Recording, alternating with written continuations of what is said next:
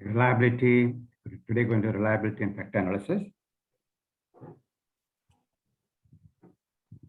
Right. In most population-based studies, use questionnaire. So that's the questionnaire we call instrument that connects the researcher to the respondent. Example, the doctor to the patient. We want to know whether the person having temperature, fever. So what's the instrument connects? Thermometer. Right? Thermometer reads, based on reading, doctor make a decision. So here, you want to know what is the respondent's perception. Example, customer satisfaction. How do you measure that? You can use thermometer. We have a questionnaire called instrument. Based on what the person gives responses, based on responses, we make the conclusion whether the person is satisfied or not. However, this tool must be valid. If it's not valid, it's useless.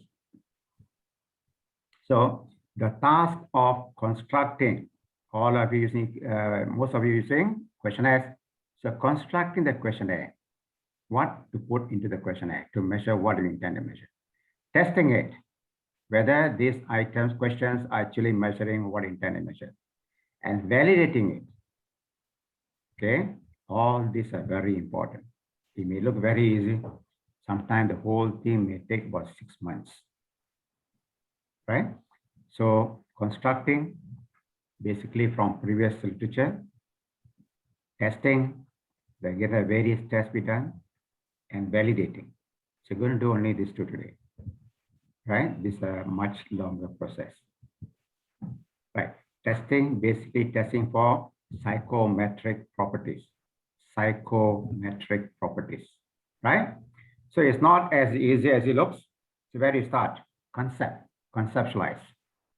We've done this in chapter 1, lesson 1. What's a concept? Right? The area of interest. Example, depression. So what's depression? And how do you measure it? Right? In this case, concept is a generalized idea. Example, thirst, generalized idea.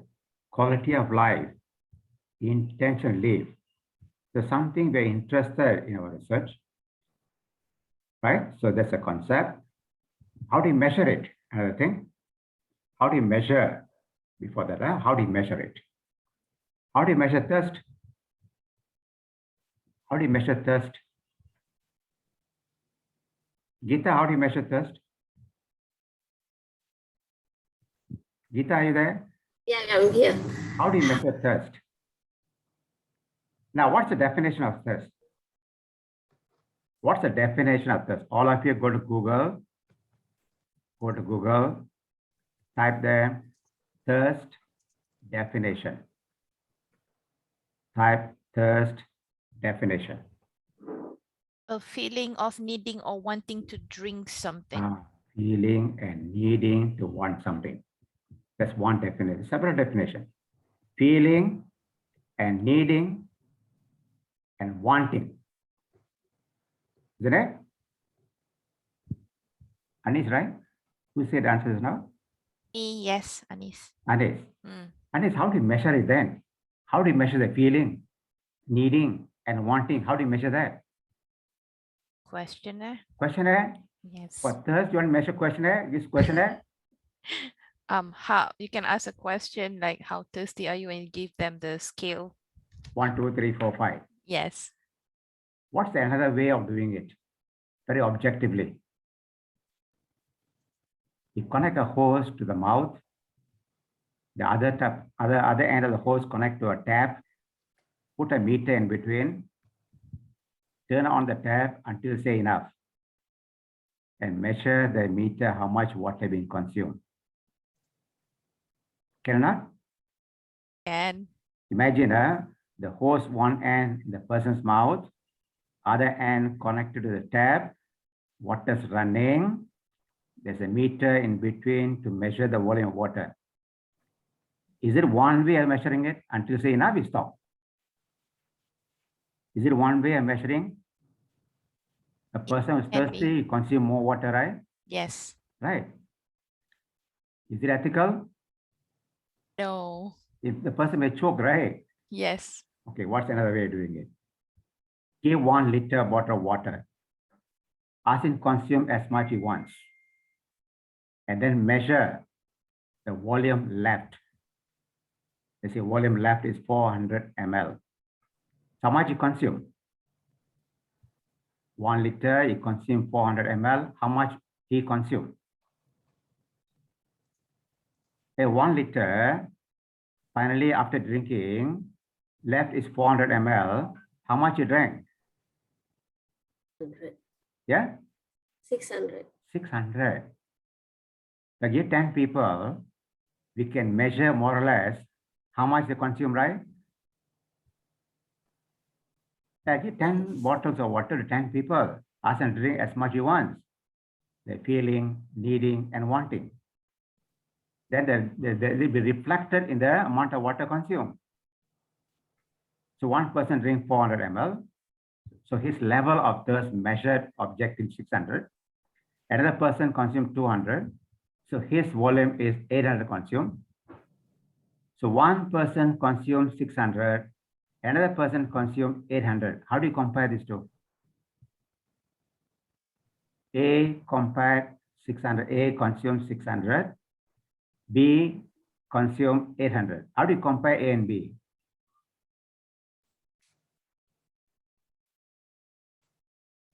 Come on. Who drinks more water? How do you compare A and B now? B is more thirsty than A, right? Yes. That's all.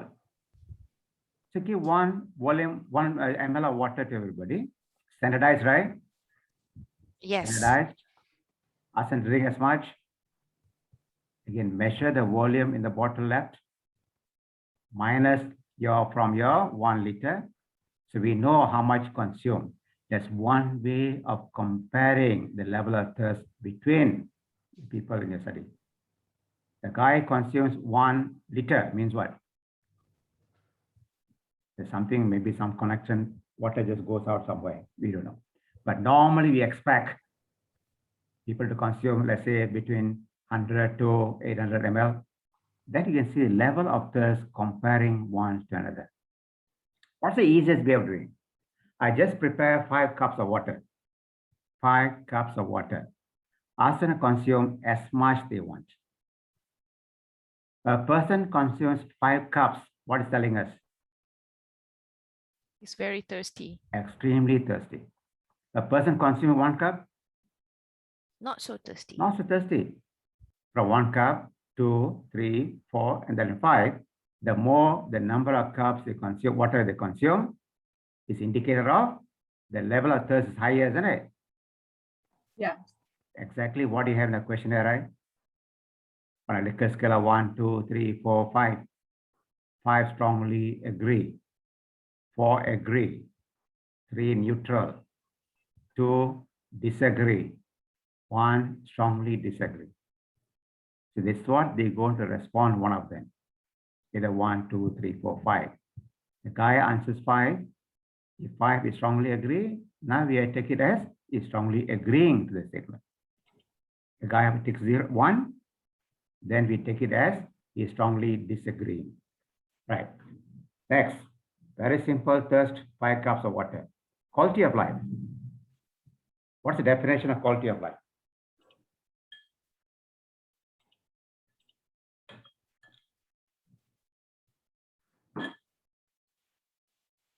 Anyone, what's quality of life? The standard of health, comfort, and happiness experienced by an individual or group. Okay, what are the keywords? Comfort, health, and health, happiness. Happiness. According to your definition, these are keywords. Different researchers may could define differently, right? So take one particular definition which is apt for your research, and that's the definition you're going to follow. Remember the first class, we talk about depression. What is depression? And then follow through, right? Intentional relief. What's the definition of intentional relief? Now we are talking about concepts, okay? Right? That's very important. So how to construct it, how to test it, how to validate it. Just now, thirst very simple. 5 cups of water, and how much you consume, and that's one of the valid way of doing it? Yes, then confirm it. What is ITL? Intentional leave. Check what's intentional leave. Deliberately on purpose. On purpose of what? Definition: intentional leave. Leave a job. Okay, intentional leave a job. Definition: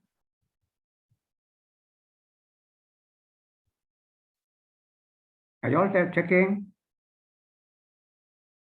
Yeah. What's the definition? Jeffrey, what's the definition? Intentional leave.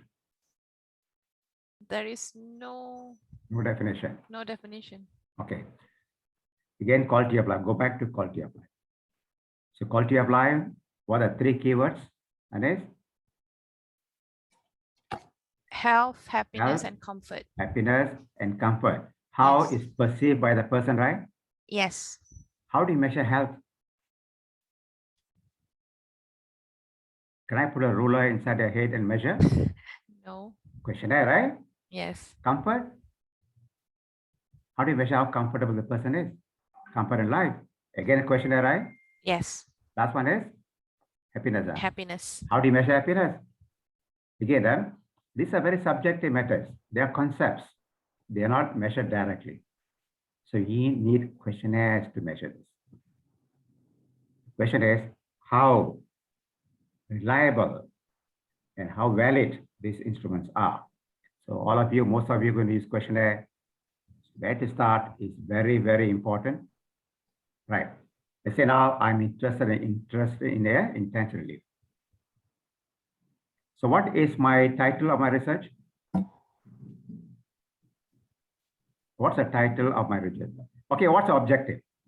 Give me one objective. Determine the factors associated with intention to leave. Okay, before that, to determine the level of intentional leave, To right? leave. Yes. Right. To measure this first objective 1, then objective 2. What are the factors? Some want to leave, but others want to stay, right? Yes. Why they want to leave? Is it because of this? Possible? Possible. Is it because of job challenge, not challenging enough? Possible. Career advancement, job Yes. satisfaction? Yes. Where do you get all this from? From literature, right? Yes. Right. That's the model we have. And hypothesis, each arrow is an hypothesis. First one, the higher the perceived remuneration, all this is perception remuneration, lower the ITL. Right? So all this, here we already have 4 hypotheses. Now you want to test it. Whether which one of all these factors here do they affect this? First, how to measure this? What is remuneration? What is challenge? So you must have definitions. So conceptualize, and operationalize. Concept, there's a concept, right? We have 4 concepts here: perceived remuneration, job challenge, development, and intentional leave. So define it. So go to research literature. What is the most relevant definition for remuneration? So conceptualize, sometimes called operational definition. So in your thesis, you must have, supposing I only have this, you must have this variable definition. Right? What are the variable concept and what is the definition? Next, how do you measure it? In this study, what question to ask to measure perceived remuneration? And how many questions to ask? How do you know these questions are relevant? How do you know these questions are reliable? So go to the next step. So how good the instrument going to be? We assemble the questions. How good the instrument, the question is going to be? They must be better instrument and will ensure more accurate results. It must be the goodness, how good the instrument is. And it must be accurate indicator. So it's not easy to design questionnaire. So in your study, don't ever design your own questionnaire. Borrow from somewhere, because your questionnaire has to go through all this. We don't have time to go through all that. At least content validity. And in this class, this particular module, or this particular lesson, we're going to go through content validity and internal consistency. But look at that, much more than that, right? This is a minimum you must check. All right. Back to our remuneration. So we define what's remuneration and how to measure it. Okay, these are the questions we're going to ask. Right? Do you think the questions are relevant to measure remuneration?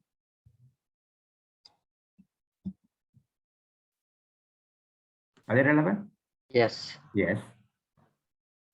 According to whom? According to whom? Literature? Literature, right? But this study was done elsewhere. Do you think apply in your culture? Can I use these questions in Malaysia? These questions were designed for European population. Can I use this question for Malaysian population or Chinese population? Questionable. But to start with, we have something to go with, right? Start with there. Otherwise, it's not easy going to design your own questionnaire to measure this. So first step is remuneration. Where this came from, it can be one study or several studies. You can adopt or adapt. So this question could be adapted from several sources. For each item, put source, where this came from, right? So you are putting this together, same as the others. The next question is content validity. So what do you do? So give this questionnaire. This is questionnaire to somebody, an expert panel of minimum 3 expert panel, and ask them whether they agree to the questions or not. Right? So this must be, these are important things. It must be to that population of interest. That's very important. We can't use the same questionnaire to any population we want to. So we don't know how the people will react to the questions. So it must be as simple as possible. Selection and reduction. The experts go through the questions. The experts will go through the questions and see any questions not relevant.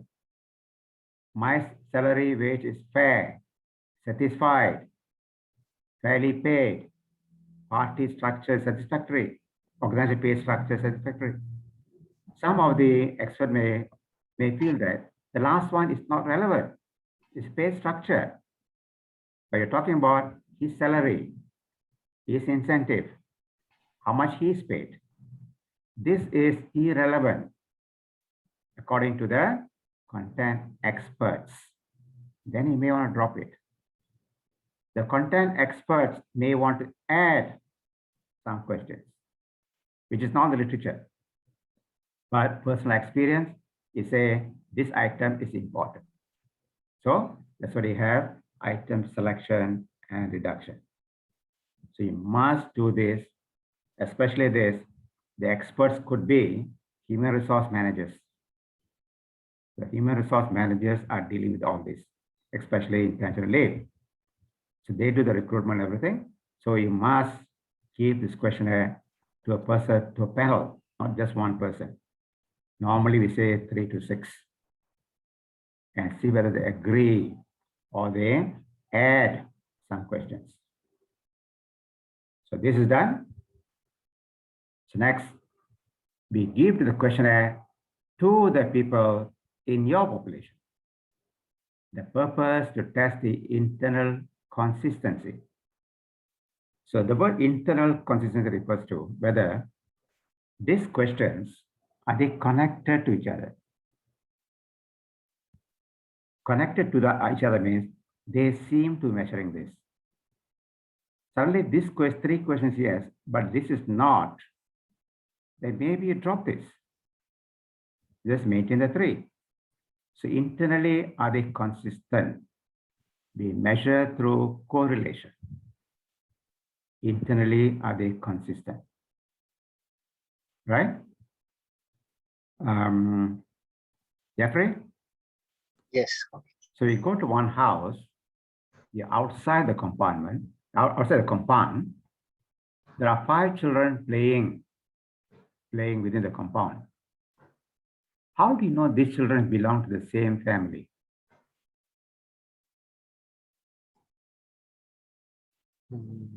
Jeffrey? How can you get any guess? You ask 5 of them, one by one you ask. You're not supposed to talk to them. You're outside the compound. You're playing within the compound. Observe, Observe what? are they playing with each other? Of course, they're playing with each other. Maybe one is like left out in one side like that. No, all are playing together. Maybe you can see from their outlook, how they look like and so on. All right. The face is right. Similarity, isn't it? Yeah. How similar do they look? Similarity in statistics is correlation. How correlated these two are. Supposing two children, they're exactly the same. Possible? Just twins, maybe. They're twins. Like your body surface area and weight. One reflects the other. Twins, then drop one. Supposing out of 5 of them, 4 looks like Jeffrey, 1 looks like me. Jeffrey? Yes. So what's the difference? 4 look like you, 1 look like me. So you are different. I'm different. Maybe I belong to the neighbors. Possible? Yes. That's exactly what I'm trying to evaluate here. Internally consistent. Are they actually inside this concept? Right? So that's a pilot study. So things to do. Pilot test a questionnaire to about 30 to 40 respondents from the target population. The population is dialysis patient to the dialysis patients. Don't give the general population. College students must be college students. Okay, not general population. And run this analysis. Any words are recorded negatively, any sentences, you reword it. Right, go to some examples. Here we go.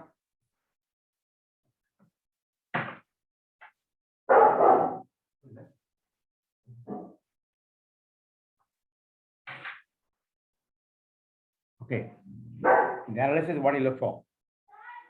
What to look for? Look for standard deviation.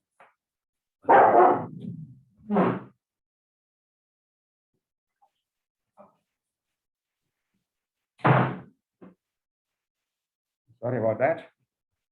So standard deviation. Standard deviation should not be 0. What's the definition of standard deviation? What is standard deviation? What is standard deviation? Somebody, what is standard deviation? We went through the second class. Guys, what is standard deviation? What's mean? What's mean? If somebody says something, what does it mean? It's the sum divided by the number of cases. Right. What is standard deviation? All of you The take your hand. square root of the variance. Okay, I don't want technical term. All of you, show you one hand up. Show your hand up. Close your fingers tight as possible. Open out the fingers as wide as possible. What do you see? What difference does it make? One is compact, other one dispersed, right? So that is standard deviation. How much the data points differ from each other, right? Imagine a finger, your thumb is 1, 1, 2, 3, 4, 5. That's exactly what the Likert scale, right? So if the standard deviation is 0, that means everybody giving the same response, no difference. Example for the questionnaire, everybody, 30 of them, all giving 0, all giving 3. There's no variation. Some must answer 1, some 5, some 3. Then we have a dispersion. Standard deviation is not 0. So we need this. If a standard deviation is 0, drop the question. Next, correlation. You've done this correlation before. Must be between 0.3 and 0.9. More than 0.3, it means, remember, lead to multicollinearity. Drop either one. Less than 0.3, drop the item. Next step, CITC, corrected item total correlation. Right? This value must be at least 0.3 and above. Later we'll see how to measure this. So basically, there are 5 items, A1 versus 2, 3, 4, 4 items. So what is CITC? We separate A1, add the others. So now you have 2 variables, A1 versus the rest. That must be at least more than 0.3. And last one, Cronbach alpha. So basically it's based on the correlation of covariances between the items. Correlations. If all the variables are adequately correlated, Cronbach alpha will be high. Yeah. Question. Professor, I have a question. Yeah. Yeah. Is there a relation among number 2, 3, and 4? Because it seems that number 2 and 3 are positively correlated with number Correct. 4. Correct. 2, 3, and 4. Correct. Correct. But most of the time, what people do, they report only number 4. Thinking that this all inside here. That's not the right way. By doing this, able to look at your construct. Helps you understand your construct better. Don't jump straight to Cronbach alpha. We'll see an example afterwards. It's not that you must report all this. Just look at it. Hey, okay, good. Okay, good. Good. That means the 4 items are internally consistent. Right? Let's see some examples. So this is what you do. Analyze. Professor, Yeah. I also have a questions about the variable, like before the previous slides, you have enumerations, you have 4 different things, but each variable you ask different questions. Right. So when we do the analysis, how we consolidate, for example, challenging job within there, they have 4 items. Right. So when we use SPSS, so how we classify them, or we group them under one variable? That's why next we're going to do that. Oh, okay. Right? Okay. Yes, Right. yes. So don't put all together because the items are measuring different things, right? Yeah. So must do this. Are they measuring that? This. Are they measuring this? Some say put all together. That's not the right thing to do. So here, I'm testing remuneration. Now I understand the this. question remuneration, bring inside. Yeah. Next I'll do CD. Next I'll do JC. Because this item measuring different concepts. I can't just simply put together. Right, so you're going to do this. So from the menu, you do this. This will pop out. Bring the item remuneration inside. Click statistics and just check whatever I've checked here. These boxes. And then click OK. Then the results comes out. So what are the 4 things? The standard deviation, correlation, CITC, and Cronbach alpha. So look at the 4 things now. You don't have to report this, right? This standard deviation. Are they all more than 0? Yes. Yes. That means sufficient dispersion for the response. Number 2, look at the highest correlation in each column. Recircle this. Forget about the ones. They are onto itself. Highest correlation 0.841, 705, 693, 841. Are they all between 0.3 and 0.9? Yes. Are they all between 0.3 and 0.9? Below 0.3 means what? Doesn't belong there. More than 0.9 means what? They're like twins. Now we have all the correlations are between 0.3 and 0.9. Step number 2. Number 3, corrected item total correlation, this column. Okay, 0.73, 737, what does it mean? This is this item versus the other items. Take this question, add all the responses for the other 3 remaining questions, and check the correlation between the two. 737. That means variable 1 correlates adequately with the others. This value is very small, then this does not belong here. So currently, the minimum value is more than 0.3. Yes. What's the minimum Yes. value? What's the minimum value? 681, right? Yes. Otherwise, Right. And finally, come to Chromebook alpha. What some researchers do is, ignore all this, just jump to this. That's not the right thing to do. About 80 to 90% of the publications, they don't bother about this. They jump straight to this. Later we'll see what weaknesses you can have, and you just jump to this. So number 1, we saw this. Number 2, number 3, and number 4. Professor, Yeah. I have a question. If all the values are good, but the last one, Chromebook alpha is less than 0.7, so what should we Right. do? Sometimes this is good, most likely this will be good. This is good, but not necessarily this will be good. Okay, this is good because Chromebook alpha is based on correlations. If these are high, most likely this will be high. These are high, most likely this will be good. Are you okay? Mm, Very seldom 2 and 3 are okay. 4 is not okay, very seldom. according to the data set you provided us, the pilot study, SAV, one variable is CD, the Chromebook alpha is 0.68, and all the other values are good except the Chromebook alpha. Okay, we'll check afterwards, right?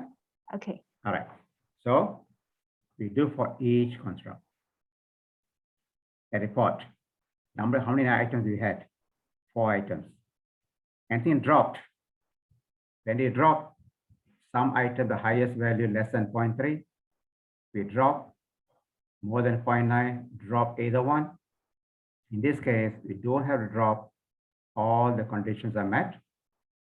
Initial, final. This minimum CITC. Okay, minimum CITC 681. And finally, Chromebook alpha.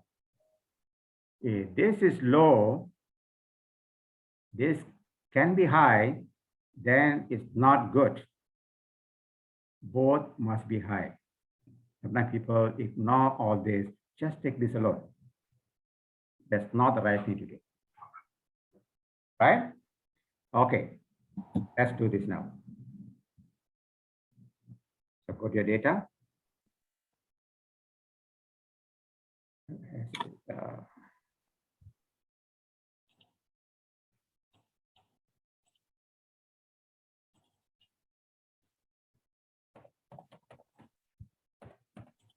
Okay, file data.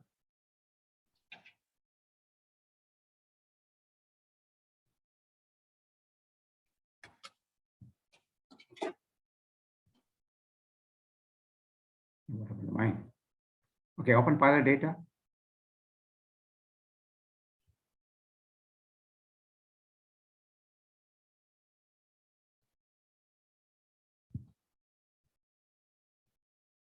All right, this is the one. Okay. Okay, follow the notes.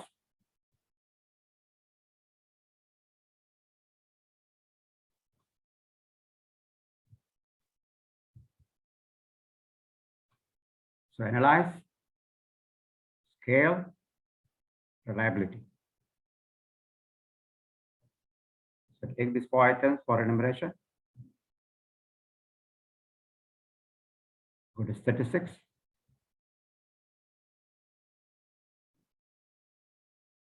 One, 2, 3. That's all.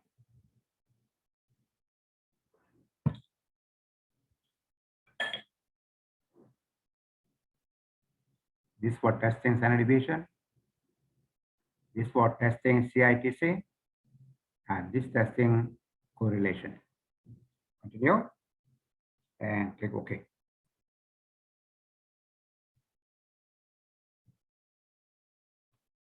So sometimes people, what they do is just go for this. But by right, must go through the other 3 as well. Standard deviations is good. Highest value, other than 1, okay, 1's onto itself.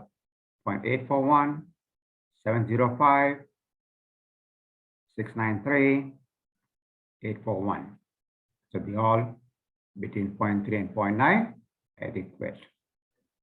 Last one, CITC, the lowest value 0.681 is good. And finally, the Chromebook alpha more than 0.7 is good as well. So in our table, we're going to put in the values. How many items at the beginning? Anything dropped? No. So what's the minimum CITC? And what's the Chromebook alpha? So in your thesis, all this must be done in chapter 3. Chapter 3, talking about the instrument, how good the instrument was. What's the result from content? Expert's opinion. Then what is the result from pilot study? So we know for each construct, how many questions they had, and finally, how many was maintained, and how good your questions are. Right? So don't skip this step. Any questions? Professor, would you please take a look at the CD, the variable CD in the Yeah, I'm going pilot to go study? through this. Next. Okay, move it up. We're going to fill up this table, okay? CD. The CD. You already checked all this. Click OK. So CD. Yeah, okay. Next. What's the highest value here? Highest value is 0.438. Take the highest value, lower doesn't matter, highest value only, right? So that's the highest value.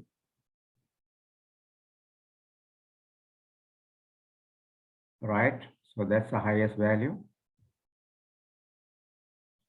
So check all the highest values. Highest value here, highest value here, that's highest value, and that's highest value. So step 2, clears. Step 3, the minimum value is 0.354. Also clear. Right, last one, Chromebook alpha is 669. Now, 0.6 above is acceptable generally. Generally, 0.6 and above is already acceptable. But you round it up, it's going to be 0.7 anyway. So I would say it's okay, not too bad. If you want to improve this, what must be done? Look at the last column here. Chromebook alpha deleted. If I drop one item, how much Chromebook alpha will change here? Look at the first one. 0.961 means what? If I drop CD1, just take this only, the Chromebook alpha become like this. Is better or worse? Worse. Worse. Then don't drop CD1. CD2? I'm comparing Worse. this Chromebook alpha here versus this. If I drop CD1, your Chromebook alpha is 591. Is it better or worse? Worse. Worse. Don't do it. Next one. Next one. Worse. Or worse. Next one. Worse. Next one. Worse. So don't drop anything. I'll show you, just watch. I say when I drop the CD1, your Chromebook alpha become like this, right? Okay, let's check. Let's say I drop CD1. So look at Chromebook alpha.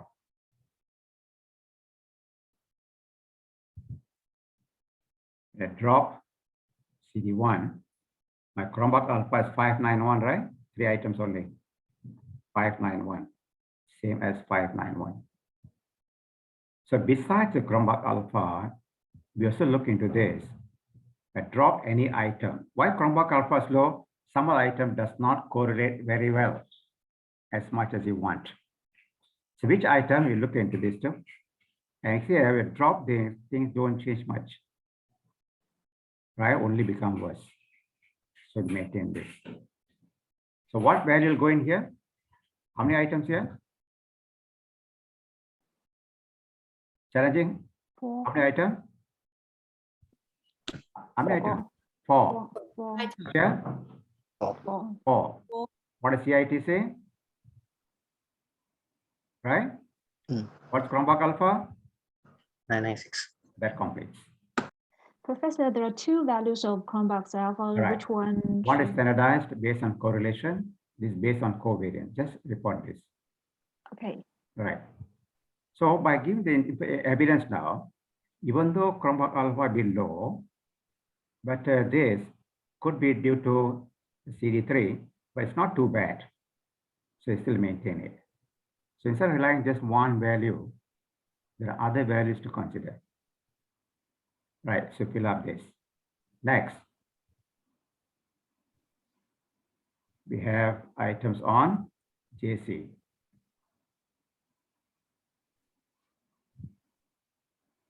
Okay, again, just browsing the highest value, clear. CITC, clear. Chromebook alpha, clear. So put the values there. Next.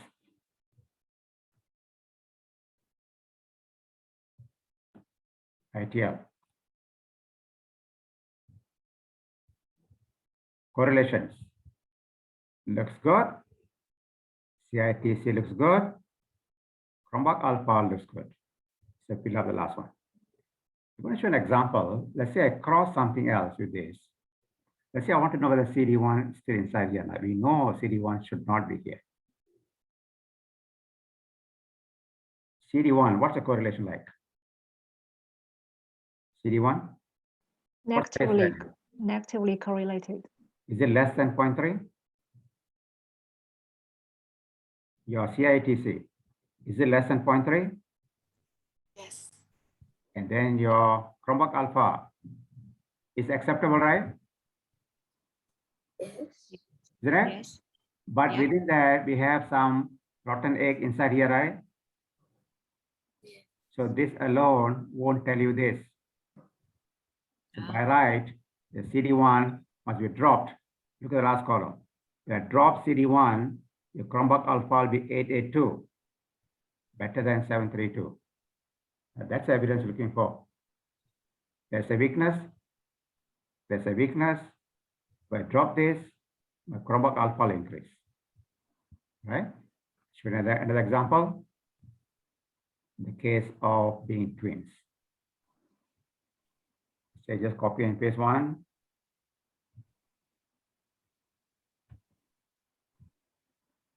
Okay, ITL 4. I just change one value.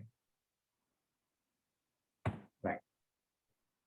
So let's just capture this another. So ITL, last value.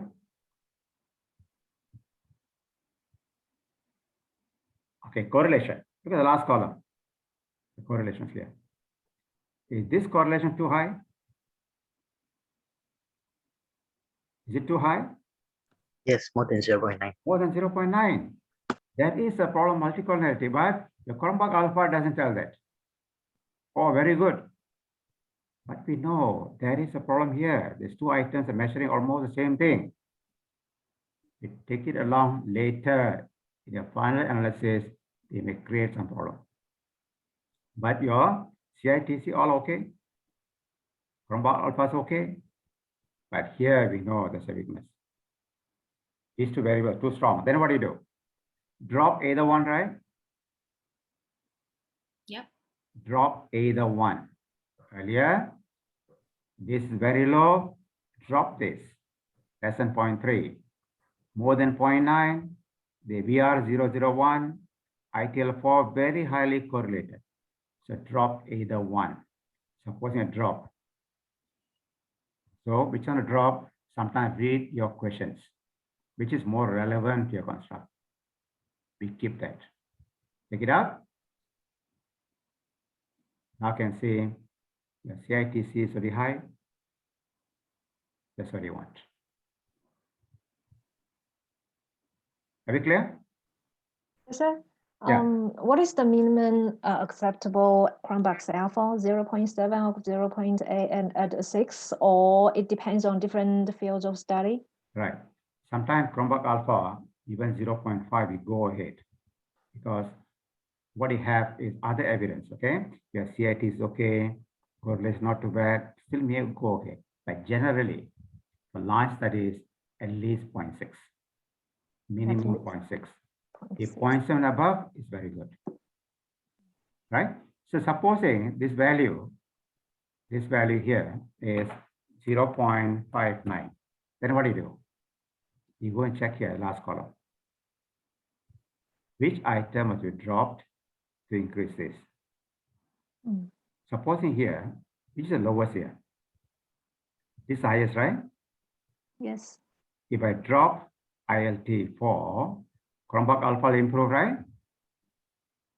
Yes. Then we do that. We drop this and run the analysis again. I can see how much changes. But generally, your Chromebox alpha should not be more than 0.96. If Chromebox alpha 0.96, it means the person did not go through all this. 0.96 means some of the items are redundant or you're asking same question again and again. So Chromebox alpha should not be more than 0.96. Right? There means not much of variations in your questionnaire. Questions?